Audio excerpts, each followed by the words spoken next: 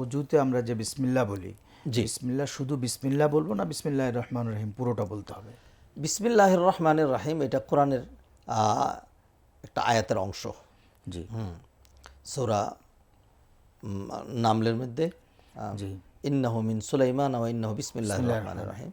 কেউ কেউ বিসমিল্লাহটাকে সূরা ফাতিহার একটা কমপ্লিট অংশ বলেছেন। জি সেটা হলো বিসমিল্লাহির রহমানির রহিম কোরআনের আয়াতের ক্ষেত্রে। জি যখন সলাতে আমরা পড়ব আউযুবিল্লাহি মিনাশ শাইতানির রাজিম বিসমিল্লাহির রহমানির রহিম, অথবা যখন কোরআন পড়ব তখন আউযুবিল্লাহি মিনাশ শাইতানির রাজিম বিসমিল্লাহির রহমানির রহিম। কিন্তু এছাড়া যেটা বিসমিল্লাহ, সেখানে শুধু বিসমিল্লাহ এইটুকুনি জি যথেষ্ট। এবং এইখানে সুন্নার যে বিষয়, নবীজি সাল্লাল্লাহু আলাইহি ওয়াসাল্লাম কোথায় কতটুকুন বলেছেন, জি তো শুধু ওইটুকুন বলা। খাওয়ার সময় বিসমিল্লাহির রহমানির রহিম পুরোটা বলতে হবে না, বিসমিল্লাহ এইটুকুন। অজুর আগেও শুধু বিসমিল্লাহ।